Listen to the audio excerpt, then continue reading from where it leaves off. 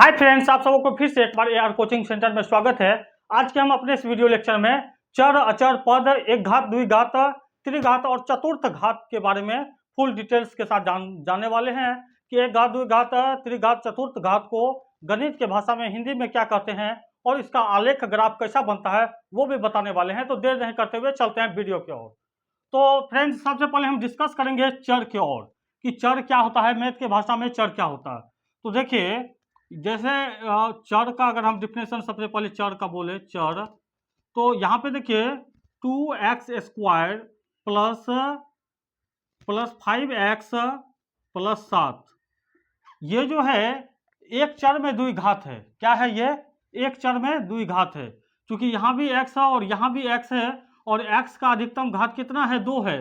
तो द्विघात होने का कंडीशन भी होता है कि x का घात कम से कम कितना हो? 2 हो, न 2 से कम हो न 2 से ज़्यादा हो। तो कहने का मतलब ये हुआ कि ये एक चर में द्विघात है। अगर यहाँ पे अगर फिर बात किया जाए 2x² प्लस 5xy और प्लस में 5, तो यहाँ पे देखिए ये दो चर में द्विघात है, क्योंकि x का घात तो अधिकतम 2 है और अंग्रेजी अल्फाबेट का 2 अक्षर यूज हुआ है, एगो x एगो y।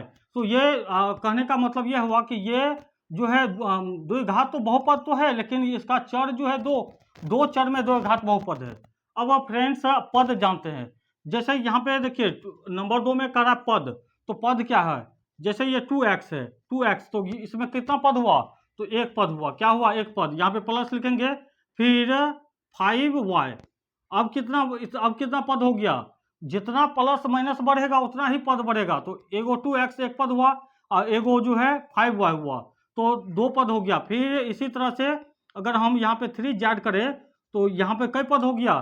तो 1 2 3। तो कहने का मतलब क्या हुआ कि प्लस माइनस का चिन्ह जितना ही बढ़ेगा उतना ही पद बढ़ेगा। 2x के बाद प्लस दिए, फिर 5y लिखे तो 2 पद हो गया। उसके बाद फिर प्लस दिए तो 3 पद हो गया। अगर यहाँ पे अगर हम माइनस में अगर दे देते हैं 5m, तो अब कितना पद हो गया? तो पद इस बार 4 गो हो गया। देखिए 1 2 3 4। तो आशा करते हैं कि आपको चर समझ में आ गया होगा।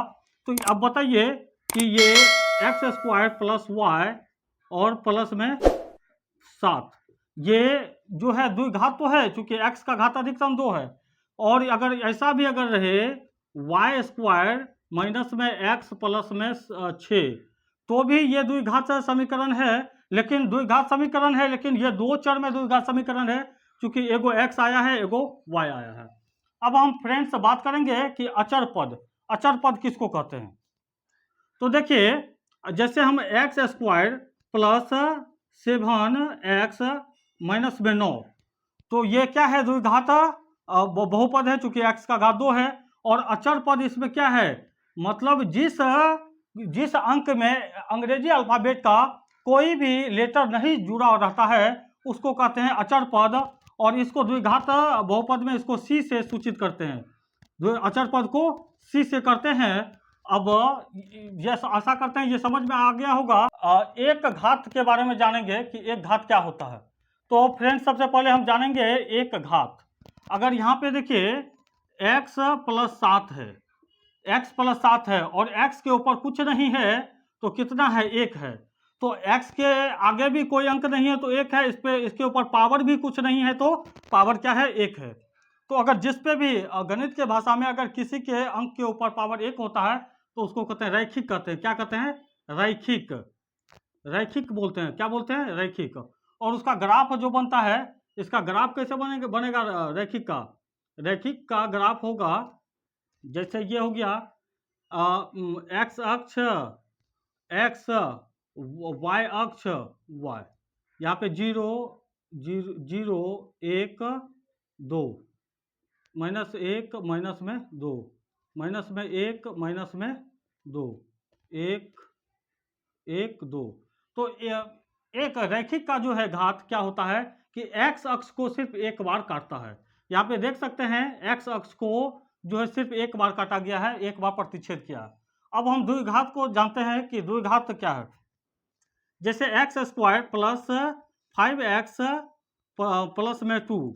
अब देखिए यहाँ पे ये क्या है, द्विघात बहुपद है, क्योंकि x का घात अधिकतम क्या है, 2 है। x का घात क्या है, अधिकतम 2 है।